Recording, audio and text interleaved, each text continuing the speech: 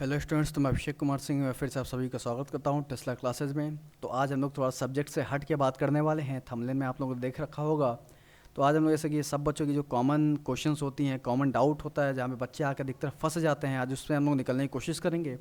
तो आज का अपना जो टॉपिक होने वाला है जिस पर हम लोग डिस्कशन करेंगे वो होगा कि कैसे हम लोग मार्क्स स्कोर करें। अगर हम बात करें यहाँ पे, अगर हम क्राइटेरिया रखें तो how to score score more than आप बोल रहे हैं तो 90 प्लस बोल रहे हैं।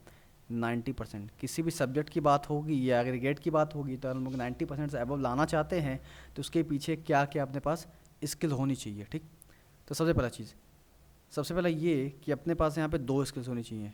अपने पास यहाँ पे दो स्किल्स होनी चाहिए। पहली अपने पास रीडिंग स्किल्स, रीडिंग यानी कि आपने कितना पढ़ा, कितने आपके कॉन्सेप्ट्स क्या हैं, क्लियर हैं, कॉन्सेप्ट की यहाँ पे बात होगी। ठीक, और दूसरा होता है अपना रिप्रेजेंटेटिव स्किल्स, क्योंकि टीचर जब भी कॉपी चेक करने वाला है, जब भी आपके आंसर शीट चेक करेगा तो ये नहीं देखने वाला है कि आप कौन है, कैसे हैं, आपने कितना पढ़ा हुआ, आपके कॉन्सेप्ट्स कितने क्लियर है। वो यही चेक करेगा कि आपकी रिप्रेजेंटेटिव स्किल्स कितनी है। और रिप्रेजेंटेटिव स्किल्स के लिए आपको ज़रूरत है कॉन्सेप्ट्स की। किसकी ज़रूरत है? कॉन्सेप्ट्स की। तो रिप्रेजेंटेटिव स्किल्स के बारे में हम लोग कभी आगे डिस्कस करेंगे। आज हम लोग पूरा फोकस करेंगे कि कैसे रीडिंग करें, किसी कॉन्सेप्ट को कैसे याद रखें। तो सबसे यहाँ पे हम लोग का पहला चीज़ ये है कि बच्चों को डाउट क्या है। बच्चों को डाउट सबसे पहले ये होता है कि पढ़ते तो सब हैं लेकिन इसकी समस्या होती है। वेट ए मिनट, इसकी समस्या होती है। ठीक, बच्चे पढ़ते सब हैं लेकिन उसको मेमोराइज़ नहीं कर पाते हैं, उसको याद नहीं कर पाते हैं। सबसे पहला समस्या हम लोग डिस्कस करेंगे किसके बारे में? रिमेंबरिंग, कि रिमेंबर कैसे करें किस चीज़ों को। ठीक, दूसरा कि रिवीजन का मोड क्या होना चाहिए। रिवीजन का अपना मोड क्या होना चाहिए किसी भी एग्ज़ाम से पहले या थ्रू आउट होल ईयर अपने पास रिवीजन की क्या मेथड्स होनी चाहिए। तो हम लोग यहाँ पे डिस्कस करते हैं। सबसे पहले समझते हैं। तो पहला यहाँ पे चीज़ है अपना जो हम लोग समझने वाले हैं टेस्ला ट्रक 1 के अंदर। यहाँ पे टेस्ला ट्रक नाम इसलिए रख दिया गया है क्योंकि आपने लोग टेस्ला में पढ़ते हैं, टेस्ला से कनेक्टेड हैं, तो इसलिए टेस्ला ट्रक #1 रखा गया है क्योंकि अपनी पहली ट्रक है जो अपने को बहुत ही हेल्पफुल साबित होने वाली है। ठीक, अब इसको प्लीज़ देखें, थोड़ा इसको अपने प्रैक्टिकल लाइफ में अप्लाई करने की कोशिश करें। देखिए चीज़ें कितनी अपने आपके लिए आसान सी साबित होती हैं। आप ठीक, सबसे पहला चीज़ ये है कि बच्चों को करना क्या है। बहुत बच्चे पढ़ते हैं, जैसे कि आपने मान लिया कोई भी क्लास किया, क्लास के बाद यानी कोई भी, चाहे कोचिंग में आपने क्लास किया, चाहे आपने कोचिंग में किया या फिर स्कूल में किसी भी क्लास को आपने स्टडी किया, तो आपने उस समय पढ़ा तो होता क्या है कि आपने 1 घंटा 40 मिनट 45 मिनट जितना भी आपने क्लास को अटेंड किया तब तक चीज़ें आपकी बहुत ही बेहतर तरीके से क्लियर होती हैं। लेकिन जैसे आप क्लासरूम से बाहर गए चीज़ें फेड होना शुरू करती हैं, यानी कि चीज़ें दिमाग में ब्लर होना शुरू कर जाती हैं। ठीक, यानी कि पढ़े तो सब रहते हैं हम लोग, उस प्रॉपर 1 घंटे में लगता है कि हमने पूरा डिटेल में कॉन्सेप्ट क्लियर कर लिया है, क्रिस्टल क्लियर कर लिया है। लेकिन थोड़ी देर बाद हमको लगता है कि सब कॉन्सेप्ट नहीं बिगड़ने वाले हैं, सब कॉन्सेप्ट में क्या होता है, खिचड़ी बनने शुरू होती है। तो इसका पहला ऑप्शन, पहले इसको हम लोग कैसे मिनिमाइज़ करें। तो सबसे पहला ऑप्शन मिनिमाइज़ करने का ये है कि कुछ नहीं करें, सबसे पहले क्या करें, पढ़ के घर पे जाएं, आराम से खाएं पिएं सोएं, और जब पढ़ने का मूड करे या पढ़ने का मूड बनाए तो जब बुक और कॉपी खोलें, चाहे आप बुक को अपने, चाहे आप लोग प्रेफरेंस में बुक रख सकते हैं, चाहे आपके पास जो भी नोट्स होती है उसको आप लोग क्या करें, एक बार उठाएं। जब नोट्स उठाएंगे तो वही आपने जो उसको पीछे पढ़ा था, पीछे यानी कि जो आपने क्लास में स्टडी किया था उसको एक बार रीड आउट करें। सबसे पहला ऑप्शन क्या है, उसको रीड आउट करें। आप लोग बोलेंगे ये तो सब करते हैं फिर भी नहीं याद होता है, तो पहले आप लोग प्रोसेस को समझें, जो मैं बताने जा रहा हूँ उसको एक एक करके समझें और थोड़ा इसको कनेक्टिविटी के थ्रू समझें। ठीक, कनेक्ट करें इस बातों को। अब ये जो भी हम लोग चीज़ें यहाँ पे डिस्कस करने वाले हैं, ये पहली चीज़ ये कहीं से भी चिपकाई नहीं गई है, यानी कॉपी पेस्ट नहीं है। जो भी है पूरा एक्सपीरियंस के बेस्ड पे है, इसको अप्लाई करके देख रखा है और इस पर बहुत बच्चे अपना इस पर वर्क भी कर रहे हैं और इस पर अच्छा खासा इंप्रूवमेंट सभी बच्चों को मिल रहा है। ठीक, उस बेसिस पे आप लोग को मैं बताने वाला हूँ। ठीक, तो इसकी श्योरिटी है मेरी तरफ से, तो इसको आप लोग प्लीज़ फॉलो करें। सबसे पहले स्टडी करें, रीड आउट करें।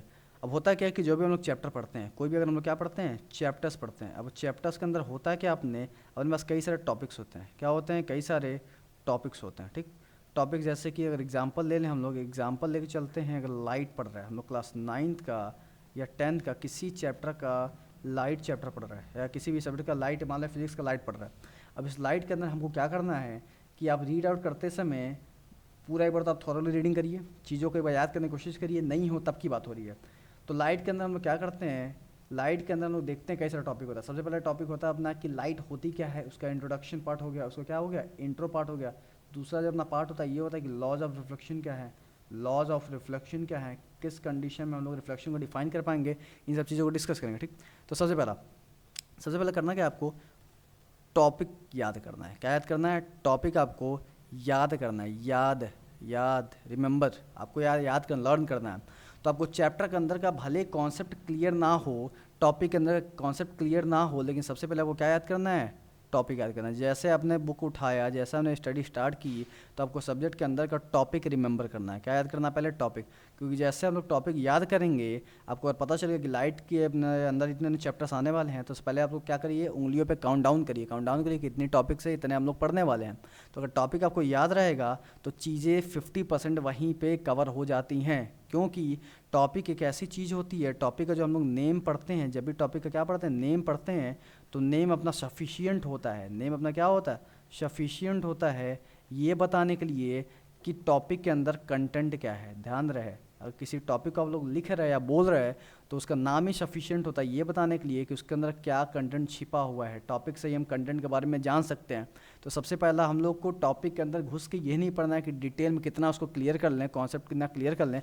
फिलहाल के लिए आपको पहले स्टेप में ये करना है कि टॉपिक्स को याद करें। टॉपिक्स को क्या करें? याद करें।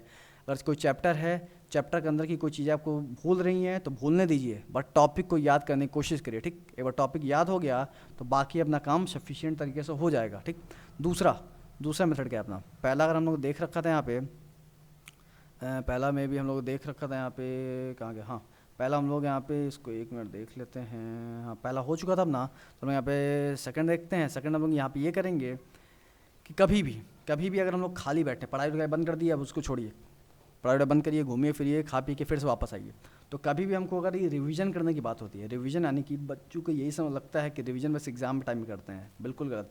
रिवीजन डेली करना है आप लोग को, और डेली का मतलब ये नहीं कि डेली किताब कॉपी खोल के बैठेंगे, प्रॉपर 1 घंटा 1.5 घंटा पढ़ेंगे तभी वो रिवीजन कराएगा, ऐसा नहीं होता है। रिवीजन का मतलब कहीं से भी ये नहीं होता है कि प्रॉपर बुक कॉपी खोलें, हम लोग 1.5 घंटे पढ़ें, पूरा मैनेजमेंट बना के चलें, कोई ऐसी ज़रूरी बात नहीं है। रिवीजन के लिए अपने को 5 मिनट मिल जाए वही काफ़ी है। ठीक, कैसे रिवीजन करना देखते हैं। विदाउट रिवीजन, विदाउट नोट्स और बुक, बिना बुक के हम लोग कैसे रिवीजन करें? तो रिवीजन करने का सबसे पहला मोड बताने वाला हूँ आपको, समझ रहा। जैसे कि आपने थोड़ी देर पहले टॉपिक पढ़ रखा है, यानी कि चैप्टर के अंदर का टॉपिक याद रखा है, तो क्या करेंगे आप? बस 5 मिनट निकालें, कहीं भी बैठे बैठे 5 मिनट निकालें। और 5 मिनट क्या, 5 मिनट से जल्दी काम हो जाएगा। और 5 मिनट के अंदर आप लोग ये सोचें, ये रिमेंबर करने की कोशिश करें कि जो भी आपने चैप्टर पढ़ा था उसके टॉपिक्स आपके दिमाग में है कि नहीं है। टॉपिक्स आपके दिमाग में है कि नहीं है। अगर टॉपिक आपके दिमाग में सारे के सारे आ जाते हैं काउंट करने पे, तो यानी कि काम सही चल रहा है, काम अपना सही है, आप लोग अच्छे रास्ते पे हैं। ठीक, इससे आप लोग को चीज़ें थोड़ी मेमोराइज करने की टेंडेंसी अच्छी हो रही है। तो टॉपिक को लोग क्या करना है? रिमेंबर करना है। टॉपिक को हम लोग याद करना है। टॉपिक अगर अपने को याद है यानी कि सब काम अपना आसान हो रहा है। अब टॉपिक जब लगे आपको याद है, तो उसके बाद दूसरा काम करना है। अब जस्ट अपना थर्ड यहाँ पे स्टेप आता है। थर्ड ये करना है कि जो भी आपको टॉपिक याद आया, टॉपिक जो आपको याद आया, उसके अंदर 2 और 3 पॉइंट्स को बोलना है। बोलने का मतलब ये कि आपको देखना है कि जो भी टॉपिक आपके दिमाग में आ रहा है उसके बारे में 2 से 3 पॉइंट्स आपके दिमाग में कुछ है कि नहीं है। अब नहीं याद है उसके लिए परेशान नहीं होना है, कि नहीं ये पहले चेक करना है। चैप्टर आपने देख लिया, चैप्टर के अंदर आपको दिमाग में ये याद कर लिया है कि टॉपिक्स क्या क्या है। एक बार टॉपिक आपको क्लियर है, तो क्योंकि टॉपिक ही सफिशिएंट होता है कंटेंट को बताने के लिए, आपको बताऊँ मैं पीछे यहाँ पे कंटेंट को और जानना है तो टॉपिक का नाम जानना बहुत जरूरी है, क्योंकि वो सफिशिएंट है। वो क्या है अपना?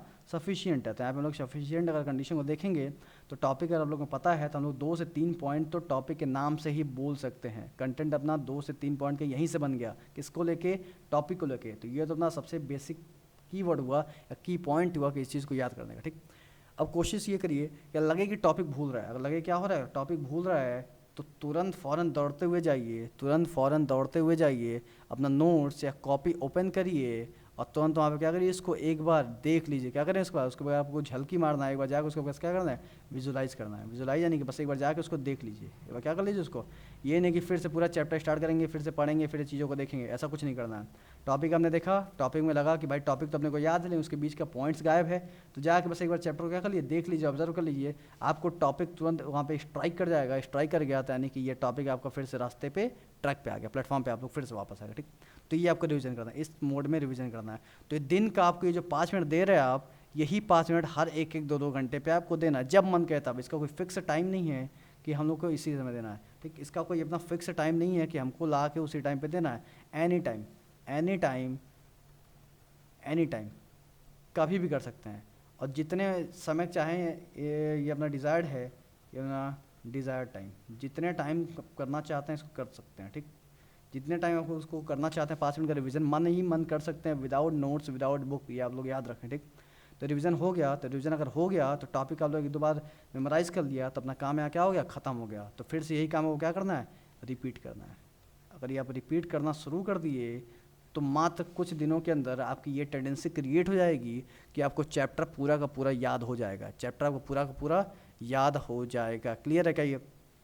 अब बहुत सारे बच्चों के मन में डाउट तो ये होगा, तो मान लो बच्चे पूछना चाहेंगे, बच्चों के मन में यहाँ पे क्वेश्चन ये आएगा, इफ़ वी फॉलो, अगर वे सब फॉलो कर भी लेते हैं, सब फॉलो कर भी लेते हैं, सब पढ़ भी लेते हैं, तो फिर भी लगता है कि कुछ नहीं पढ़ा, फिर भी क्या लगता है कि कुछ नहीं पढ़ा है।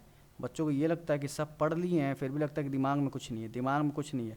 तो ये आपका मिथ है कि आपको लगता है कि दिमाग में कुछ नहीं है। ये जो मैं बोलने जा रहा हूँ सबसे इम्पॉर्टेंट चीज़ है, ये आपका मिथ है कि आपको लगता है कि आपने सब पढ़ लिया लेकिन याद कुछ नहीं है। ये आपका मिथ है, माने भ्रम है, आपका इल्यूजन है। कैसे इसको प्रूफ करता हूँ मैं, अगर एक एग्जांपल ले लें, आप लोग को लग रहा हो कि आपने बहुत कुछ अभी तक पढ़ लिया होगा लेकिन याद कुछ भी नहीं है। अगर क्लास 12 की बात करें, अगर क्लास 12 स्टूडेंट्स की बात करें, तो अभी जिसका बोर्ड आने वाला है, तो फर्स्ट सेमेस्टर एग्ज़ाम आने वाले नज़दीक है, हो सके भी वो पोस्टपोन हो चुका है, तो उसकी शेड्यूल की बात बाद में करेंगे। क्लास 12 की हम लोग यहाँ पे बात करें, तो आप लोग को लग रहा हो कि आपने कुछ नहीं पढ़ा है, लेकिन आपसे मैं एक सिंपल सा क्वेश्चन ये पूछ दूँ, कूलम्स लॉ क्या पूछ दिया मैंने, कूलम्स लॉ डिफाइन करो, तो आप लोग तुरंत बोलेंगे F directly proportional to Q1 Q2 upon R square.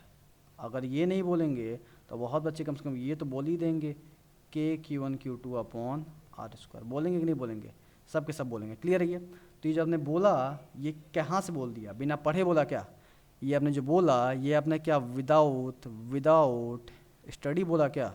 नहीं, ऐसी ये बात नहीं है, आपने इसको पढ़ा है, आपके दिमाग में है। तो फिर क्यों ऐसा लगता है, फिर क्यों अपने को ऐसा लगता है कि पढ़ा तो सब है लेकिन याद कुछ नहीं है, पढ़ा तो सब है लेकिन याद कुछ नहीं है?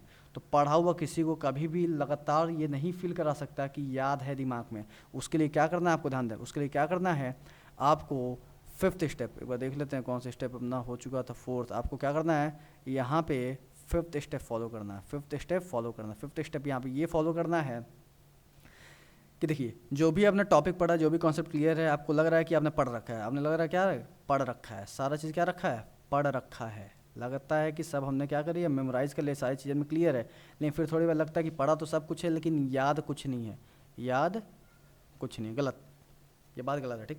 अब समझिए क्यों, क्योंकि आपको तब तक कोई चीज़ याद नहीं होती है, आपका जो मेमोरी है वो इस तरीके से वर्क नहीं कर रहा है कि आपको हर समय, वो आपको हर एक टाइम आपको ये बताता रहे कि आपने ये टॉपिक पढ़ा है, ये कॉन्सेप्ट क्लियर है आपका, आपने ये फॉर्मूला याद किया, आपने ये ट्रिक याद किया है, आपने इस क्वेश्चन को, इस अप्रोच से सॉल्व किया है। आपको ये मेमोरी में नहीं हिट कर सकती है, बार बार मेमोरी में हिट नहीं कर सकती है। क्यों? क्योंकि उसकी अपनी एक दायरा है, ठीक। तो आपको करना क्या है, आपको अगर देखना है कि आपने जो पढ़ा है वो आपको याद है कि नहीं, तो सीधे क्या करिए, क्वेश्चन उठाइए, सीधे क्या करिए, क्वेश्चन उठाइए। एक बार क्वेश्चन आप लोग ऑप्ट करेंगे, एक बार क्वेश्चन आप लोग उठाएंगे, तो अगर आप लोग क्वेश्चन पिकअप कर लिए, क्वेश्चन किसी को उठा लिए कहीं से भी, बुक से, गूगल से, जहाँ से मन करे, दोस्तों से, जिधर से मन करे, बस एक क्वेश्चन को पिकअप करिए। हम नहीं समझ में आया तो अपने मन में क्वेश्चन पिकअप करिए, देखिए क्वेश्चन पिकअप करते अगर आपने चैप्टर एक बार रीड किया होगा तो उसका आंसर आपके दिमाग में तुरंत बिल्ड होना शुरू हो जाएगा, आंसर तुरंत बिल्ड होना शुरू हो जाएगा। तो इसका मतलब ये हुआ आपने पढ़ तो रखा था लेकिन उसको एक पॉइंट पे आप लोग कंसंट्रेट नहीं कर पा रहे, क्योंकि माइंड हर समय उस चीज़ को मेमोराइज नहीं कर सकती है। लेकिन इसका मतलब ये नहीं कि वो दिमाग में है नहीं, इसका मतलब ये होता है कि वो दिमाग में है लेकिन अपने को वो सामने नहीं ला पा रहा है, अपना वो दिमाग में चीज़ें जो स्टोर्ड हैं उसको हम सामने नहीं ला पा रहे हैं। वो सामने लाने का तरीका क्या होता है, क्वेश्चन लाओ, क्वेश्चन लाओ, क्वेश्चन पिकअप करो, अभी देखो सारे आंसर्स आने शुरू हो जाएंगे।